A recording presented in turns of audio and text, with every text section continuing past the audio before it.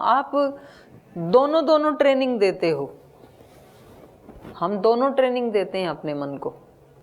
अभी आपको लग रहा है कि मन को ट्रेनिंग देनी चाहिए कि ये याद ना करे, क्योंकि जो चीज़ें बीत गई, पास्ट जो है वो तो कभी प्रेजेंट होगा नहीं, तो फायदा क्या है। एक ये ट्रेनिंग दे रहे हो आप, और उससे अगले ही उसमें ये कह देते हो कि कितनी भी ट्रेनिंग दे दूँ ये तो बार बार आता है, हटेगा तो नहीं। तो ये भी ट्रेनिंग दे रहे हो, तो उसको आप दो निर्देश दे रहे हैं, तो मन कंफ्यूज हो जाता है कि मैं कौन सा वाला कहना मानूं इसका, मेरे मालिक का। कोई मालिक अपने नौकर को बोले कि पानी लेके आओ मेरे लिए, और फिर वो पानी लाए तो बोले कि अब इसको वापस रख के आओ, मुझे पानी नहीं पीना है। फिर जब वो वापस रखने गया तो बोले मेरे लिए पानी लाओ, फिर ले आया तो बोले अब वापस रख के आओ, फिर बोले मेरे लिए पानी लाओ। तो ऐसे 20, 30, 40 बार हो जाएगा तो नौकर को क्या लगेगा कि व्यक्ति खुद ही कंफ्यूज है, इसको पानी चाहिए कि नहीं चाहिए, मुझे कोई एक निर्देश देना चाहिए इसको। तो वो या तो झुंझला के चला ही जाएगा कि भैया आप कोई और नौकर ढूंढ के लाओ, मैं नहीं कुछ करने वाला हूं, या फिर उसको जो लगेगा अच्छा वो करेगा, उसका ही नुकसान करेगा मालिक का। तो ऐसी ही हमने ज्यादती अपने मन के साथ कर रखी है। जागते हुए मन को कुछ बोलते हैं, सोते हुए कुछ और बोलते हैं, व्यवहार में कुछ और बोलते हैं, वाणी में कुछ और बोलते हैं, कर्म में कुछ और बोलते हैं, विचारों में कुछ और बोलते हैं। मन कंफ्यूज हो गया है कि इस व्यक्ति को चाहिए क्या, इस व्यक्ति को बदला लेना है कि क्षमा करना है, इस व्यक्ति को रोगी बनना है कि भोगी बनना है कि योगी बनना है, पता ही नहीं है। एक बार कहता है मेरे को स्वस्थ बनना है, मेरे को डायबिटीज हटानी है, और फिर जब मीठा सामने आता है रसगुल्ला तो बोल खा लेते हैं, देखी जाएगी। अब मन को पता ही नहीं कि इसको और ज्यादा डायबिटीज बढ़ानी है कि इसकी घटानी है, करना क्या है इसके साथ। तो वो बेचारा एक परेशान नौकर की तरह से इधर उधर ही घूमता रहता है। जब कहता है प्राणायाम कर तो प्राणायाम भी कर लेता है, जब कहता है कि रसगुल्ला खिला तो खिला देता है। तो दोनों दोनों साथ साथ चलते रहते हैं, क्लिष्ट और अक्लिष्ट वृत्ति। योग दर्शन में बताया ना पहले ही, योग क्या है, चित्त वृत्ति निरोध। तो सारी वृत्तियां तो एक साथ रुक नहीं सकती हैं, तो किसका निरोध करें, क्लिष्ट का करें पहले। वृत्ति का मतलब है विचार, तो विचार तो सारे रुक नहीं सकते, क्योंकि मन का काम ही क्या है, विचार उठाना। तो क्या करें फिर, तो फिर नेगेटिव विचारों को रोको पहले, बुरे विचारों को, जो विचार कष्ट देते हैं उनको रोको पहले। बार बार आते हैं, बोल जब बार बार आते हैं तो बार बार ही रोको। जब बिल्कुल छोटा बच्चा है उसको कैसे ट्रेनिंग दी जाती है, छोटे बच्चे देखे कभी, घर परिवारों में देखे होंगे, आप भी छोटे ही थे, आप भी ऐसे ही सीखे हो। छोटा बच्चा जैसे चलने लगता है 8-10 महीने का या 1 वर्ष का बच्चा, तो उसकी आदत होती है जो भी चीज मिलेगी उसको उठा के नीचे डालता है। सोफा के ऊपर कुशन रखा है, कुशन को उठा के नीचे डालेगा। टेबल के ऊपर कोई पेन रखा है, पुस्तक रखी है, उठा करके नीचे डालेगा या उसको तोड़ेगा, कुछ तो करेगा उसका।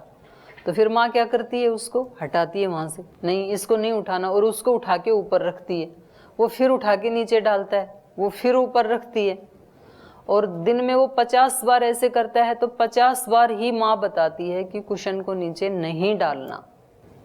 बच्चे को पीट के भगाती तो नहीं, घर से बाहर थोड़ी ना निकालती है, क्योंकि माँ को भी पता है, पक्का विश्वास है कि सिखाते सिखाते एक दिन सीख जाएगा, नहीं डालेगा कुशन को।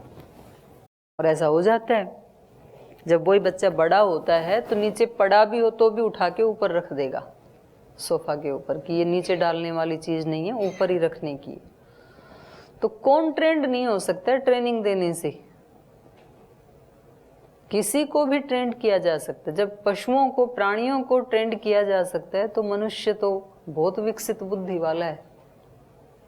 तो मन बनाओ अपना कि इसको ट्रेनिंग देनी है, इसको ऐसा करना ही पड़ेगा। अपने मन को बार बार ये कहो, ये ही वेद है। वेद का मंत्र दूसरे शब्दों में बोलता है, परो पे ही मनस पाप है कि मैं शस्तानी शंससी। तो ये बार बार ट्रेनिंग ही तो देनी है अपने मन को, ये मेरे लिए शुभ नहीं है, इसलिए आप कहीं और जाओ। हर समय जब दूसरे विचार आने लगे, दूसरे भाव आने लगे, ऐसी घटना घटित होती रहती हैं हमारे आसपास, और जो ऐसी बुरी घटनाएं घटित होती हैं तो बार बार हमारे मन में फिर रिपीटेशन चलता है। तो बोलो भी अपना एक लक्ष्य है वहाँ सीधा, अपने को इधर उधर नहीं देखना है, अपने को बचाना ये मेरी जिम्मेदारी है। मेरे मन में यदि उथल पुथल चल रही है, ये मेरी गैर जिम्मेदारी है, मेरे गैर जिम्मेदार होने के कारण ऐसे चल रहा है, तो ठीक करना ये मेरी जिम्मेदारी है, किसी दूसरे की नहीं है। ठीक है। ओम जी, पहला प्रश्न कि वेद में जो इंद्र देवताओं का वर्णन है वो ईश्वर के रूप में है, ईश्वर का ऐश्वर्य। वेद पढ़ा है कि नहीं पहले? नहीं, ये मुझे बताओ। पढ़ाया था, उनकी बताया था कि किसने पढ़ा दिया? उसमें सत्यार्थ प्रकाश की क्लास में। कि जो ईश्वर का वो रूप है उसको, मतलब ऐश्वर्य का रूप है, इसको इस रूप में कहा जाता है। उसमें अलग अलग की वेद में जो नाम दिया जाता है तो ये ईश्वर के ही नाम है। तो जो ये पुराणों में और जो रामायण में इंद्र का नाम दिया, ये तो परमेश्वर का नाम नहीं मुझे दिखता। क्यों? इनके तो अंदर तो दोष दिखते हैं, ये तो उल्टा सीधा काम करते हैं। ये तो परमेश्वर के गुण नहीं, तो ये क्या दूसरे हैं? आप भी इंद्र ही हैं। इंद्र का मतलब है जो इंद्रियों का मालिक है वो इंद्र। तो यदि आप अपनी इंद्रियों के स्वामी हैं तब तो इंद्र हैं, और यदि आप गुलाम हैं तो आप ये उल्टा पुल्टा काम करने वाले इंद्र हैं। इंद्र तो हैं पर दो इंद्र हो गए ना, एक तो इंद्रियों का स्वामी, एक इंद्रियों का गुलाम। तो स्वामी की प्रशंसा की जाती है और गुलाम की निंदा की जाती है। दूसरा बोलो। दूसरा प्रश्न की कहा कि मंथन में कि जो हम प्राण है ये मंदराचल पर्वत है भी आपने कहा, और श्वास रस्सी है, तो इसके अभी मतलब, पूरा पढ़ तो लो। नहीं, इसके मंथन से क्या विष भी होता है? मतलब अगर हम प्राणायाम का अभ्यास करें तो क्या कुछ विकार भी पैदा हो सकते हैं? होते हैं ना, आपके अंदर है वो निकलेगा। आपके अंदर पहले ही विकार ही हैं तो विकार ही निकलेंगे फिर, और हर व्यक्ति के अंदर हैं ही विकार, इसीलिए तो आना पड़ा। नहीं तो मोक्ष में जाते ना, विकार ना होते तो। विकारों को यदि नष्ट कर दिया होता, इस धरती के ऊपर हैं, ये इस बात का प्रमाण है कि हमारे दोष सर्वथा नष्ट नहीं हुए। तो किसी में ज़्यादा बचे हैं, किसी में कम बचे हैं, किसी में मीडियम बचे हैं, सबका रेशो अलग अलग है। और तीसरा बोलो। तीसरा प्रश्न दे दीजिए कि कैसा शास्त्रों में हम पढ़ते हैं, जैसे इसमें सांख्य योग में या और जगह अक्सर जगह बताया जाता है कि प्रत्येक आत्माएं अलग, जीवात्माएं अलग अलग हैं सारे ब्रह्मांड में, सबकी, हमारी या जितने भी लोग बैठे हैं सबकी अलग अलग, और शाश्वत काल से हैं, हमेशा से हैं। तो जब जो चीज़ है उसी आत्मा से हमें एहसास होता है अपने होने का, तो अहम को शास्त्रों में बहुत बेकार कहा कि अहम नहीं होना चाहिए, अहम नहीं होना चाहिए हमारे अंदर। अहम? हाँ, तो अहम तो हो गई ना, जब हम अलग हैं और हमारा अस्तित्व है शाश्वत काल से है, तो हम कैसे मना कर सकते हैं हमको? हम स्वीकार तो करेंगे। अहम तीन प्रकार के हैं ना, पर एक सात्विक अहम है, एक राजसिक है, एक तामसिक है। तो राजसिक और तामसिक अहम के लिए मना किया जाता है, उसको मिटाना है। सात्विक अहम ये है कि मैं भगवान का हूँ और भगवान मेरे हैं, ये अहम अच्छा है।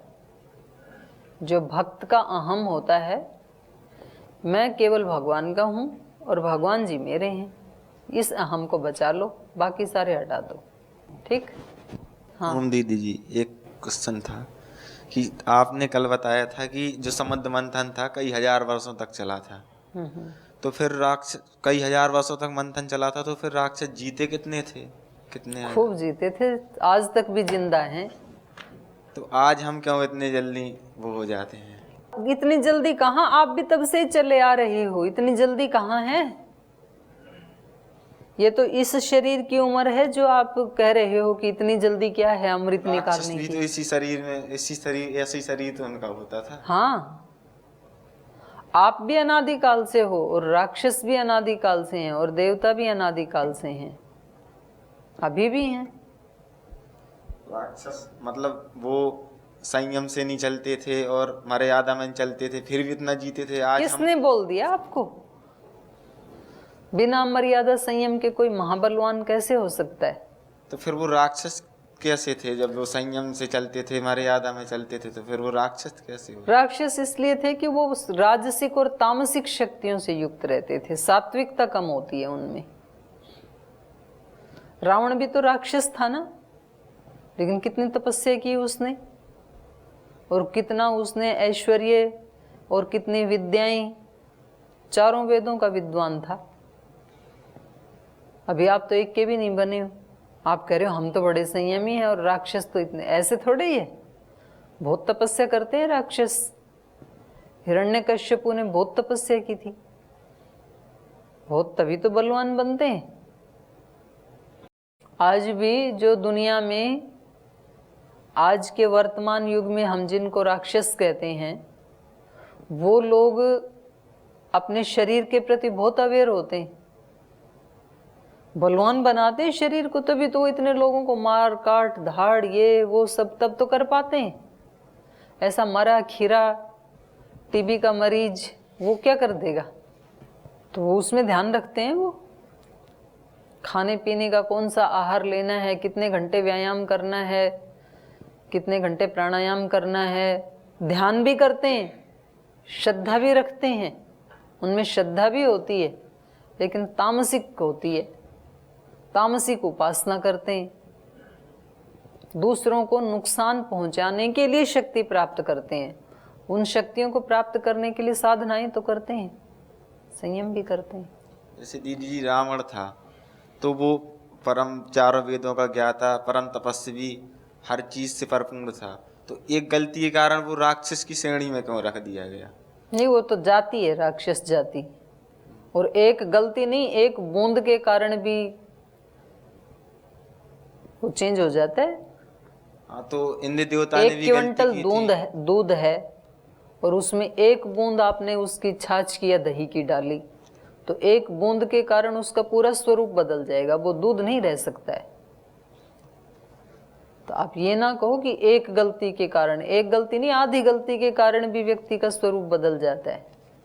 व्यक्ति में सारे के सारे गुण हैं, लेकिन उसमें एक दोष है, असंयमी है, वो दुराचारी है, व्यभिचारी है, तो क्या उसको अच्छा माने हम? फिर ये सारा का सारा कमरा साफ है बिल्कुल, और उसके एक कोने में गंदगी पड़ी है, वहां से बदबू आ रही है, तो क्या कहेंगे कमरा साफ है? यही कहा जाएगा ना कि कमरा सड़ रहा है। तो आप ये नहीं कह सकते कि जी एक गलती के कारण ऐसा क्यों हुआ। एक गलती तो पर्याप्त है। नाव पूरी ठीक है और उसके एक कोने में सुराख हो गया, तो नाव डूबेगी कि तैरेगी? तो पर्याप्त है एक छिद्र तो जैसे दीदी जी वो इंद्र भगवान ने भी एक गलती की थी, तो वो क्यों देवता माने जाते? तो इसलिए वो मुक्त नहीं हुए ना, एक गलती की तो उसका उनको फल मिला ना फिर। ठीक है, हाँ, तो अपने मन को ट्रेनिंग दो। आपका मन कह रहा है एक आधी गलती तो चलेगी, इसलिए अपने मन को ट्रेंड करो, एक भी नहीं चलेगी। जो जो हम जानते हैं कि ये गलतियां हैं, वो अपने उससे हटाना है पहले, अपने जीवन से। तो उनमें आप अपने को कॉम्प्रोमाइज नहीं करना कि एक आध तो चलेगी, ऐसे नहीं कहना कभी भी अपने मन को, नहीं तो बड़ी हानि कर लोगे आप अपनी ही। और ये भी नहीं कहना कि मैं दूसरों को ठीक कर दूं पहले, जैसे वो ब्रह्मचारी कह रहा था ना कि दूसरों का उद्धार करना है, दूसरों का नहीं, अपना करना है पहले। दूसरों का तो अपने आप हो ही जाएगा, फिर हमारा होगा तो ठीक। चलो, ततो निश्चित्यमथनं योक्त्रं कृत्वा च वासुकिं मन्थानमन्दरं कृत्वा ममन्थो रमितौजसः अथ वर्षसहस्रेण योक्त्र सर्पशिरांसि च वमन्तोति विषं तत्र ददंशुर्दशनैः शिलाः उत्पपातग्निसङ्काशं हालाहलमहाविषं तेन दग्धं जगत्सर्वं सदेवासुरमानुषम् अथ देवा महादेवं शङ्करं शरणार्थिनः जग्मुः पशुपतिं रुद्रं त्राहि त्राहीति तुष्टुवुः एवमुक्तस्ततो देवदेवेश्वर प्रभुः प्रादुरासीत् ततोत्रैव शङ्खचक्रधरो हरिः वाचैनं स्मितं कृत्वा रुद्रं शूलधरं हरिः देवतैर्मथ्यमाने तो यत्पूर्वं समुपस्थितं तत्त्वदीयं सुरश्रेष्ठ शूराणामग्रतो हि यत् अग्रपूजामिह स्थित्वा गृहाणेदं विषं प्रभो। तो करें इस प्रकार से। अथ वर्ष सहस्रेण योक्त्र सर्प शिरांसी च, उस रस्सी से जब मंथन चलता रहा तो अति विषम ददंशुः दशनई शिलाः, तो वो जो मंद्राचल की शिलाएं हैं उनको अपने दांतों से, दशनई ही, दशने के जो साधन हैं अर्थात दांत काटने के जो साधन हैं, उन अपने दांतों के द्वारा, दाढ़ के द्वारा शिलाः ददंशु, शिला को ही काटने लगे। जब व्यक्ति को कोई दोष उत्पन्न होता है तो सबसे पहले तो वो अपने को ही नुकसान पहुंचाता है, क्योंकि और आसपास कोई है नहीं ना। तो अब वहाँ पर शिला को घिस रहे हैं तो शिला को ही वो डस रहे हैं, क्योंकि और कोई डसने के लिए है ही नहीं वहाँ पे।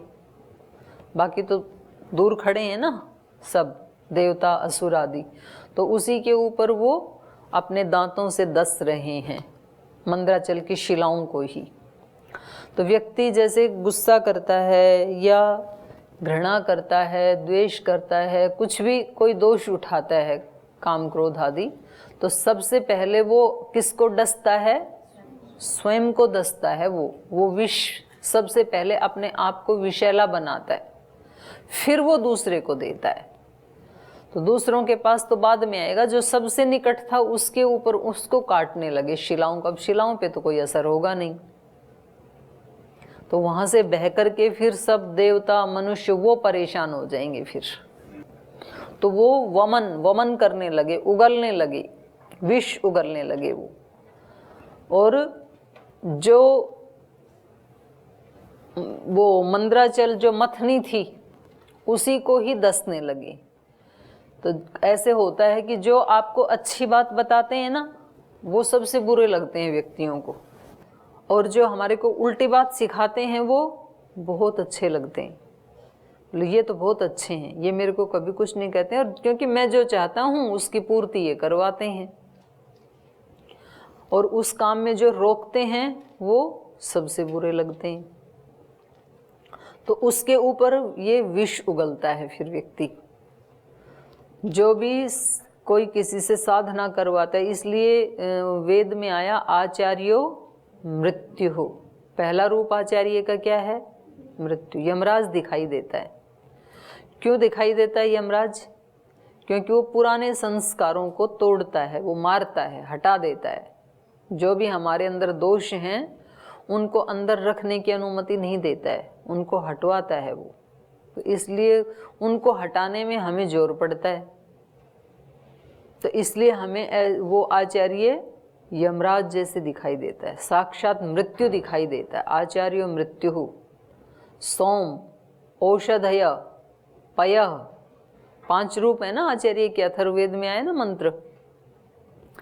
जब हम उन दोषों को हटा देते हैं तो फिर आचार्य का रूप भी बदल जाता है। फिर वो मृत्यु से क्या बन जाता है?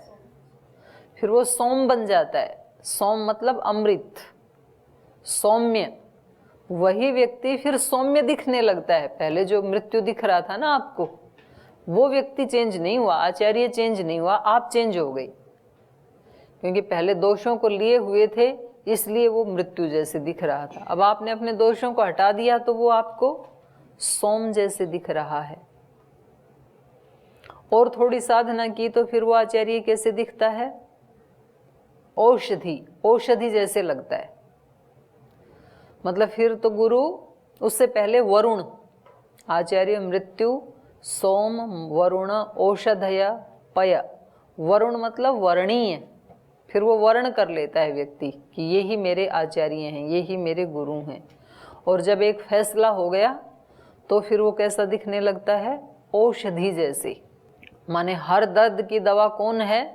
ब्रह्मचारी के लिए, सन्यासी के लिए उसका गुरु है। तो गुरु कैसे दिखने लगता है? औषध जैसे, जैसे रोगी होने पे तुरंत दवा खाई जाती है, वैसे व्यक्ति को थोड़ा भी कोई दुख कष्ट क्लेश हो तो तुरंत वो अपने गुरु को बताता है, उसको पता है कि ये मेरे को बाहर निकाल लेंगे इससे। औषधय पयः, पय दूध को भी कहते हैं, पय खीर को भी कहते हैं, और उसको अमृत भोजन कहा जाता है। तो लास्ट में तो गुरु हमारे लिए क्या बन जाता है, अमृत जैसे।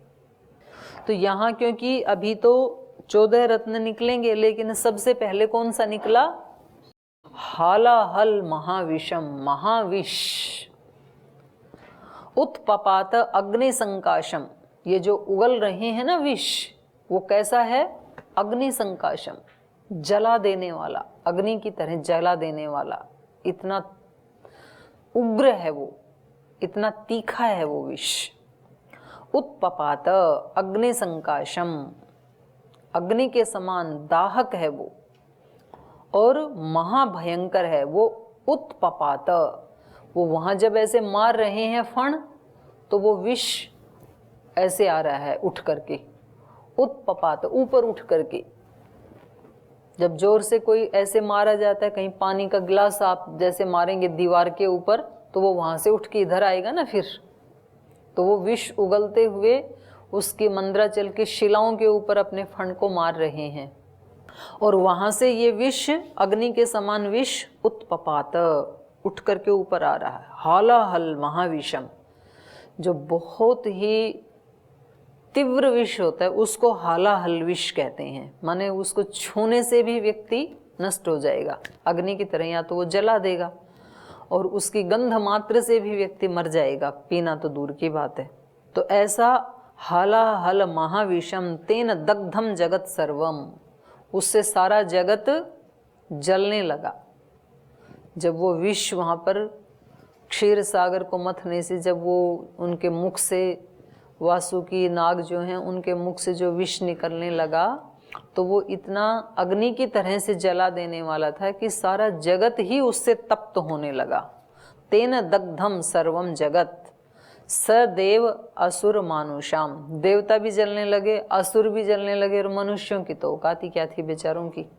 तो सब परेशान हो गए कि भाई इसका क्या करें, हम तो कोई अजर अमर होने वाली दवा ढूंढ रहे थे, और ये तो कुछ और ही निकल आया, विष निकल आया। तो साधना करते समय ऐसे ही होता है, लगे तो थे अमृत की खोज में, और पता लगा व्यक्ति डिप्रेशन में पहुंच गया।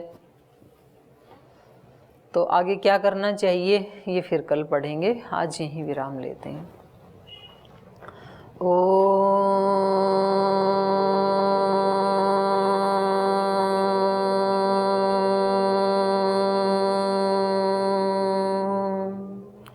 शांति शांति शांति। श्री गुरुभ्यो नमः। हे हृदयेश्वर, हे सर्वेश्वर, हे प्राणेश्वर, हे परमेश्वर, हे हृदयेश्वर, हे सर्वेश्वर, हे प्राणेश्वर, हे परमेश्वर, हे सामर्थ्य, हे करुणा सिंधो, हे सामर्थ्य, हे करुणा सिंधो, विनती स्वीकार करो, विनती स्वीकार करो। भूल दिखा कर उसे मिटा कर, भूल दिखा कर उसे मिटा कर, अपना प्रेम प्रदान करो, अपना प्रेम प्रदान कर। पीर हरो हरि पीर हरो, पीर हरो हरि पीर हरो, पीर हरो हरि पीर हरो, पीर हरो हरि पीर हरो। हे हृदयेश्वर हे सर्वेश्वर हे प्राणेश्वर हे परमेश्वर हे प्राणेश्वर हे परमेश्वर हे प्राणेश्वर हे परमेश्वर। ओम श्री गुरुभ्यो नमः।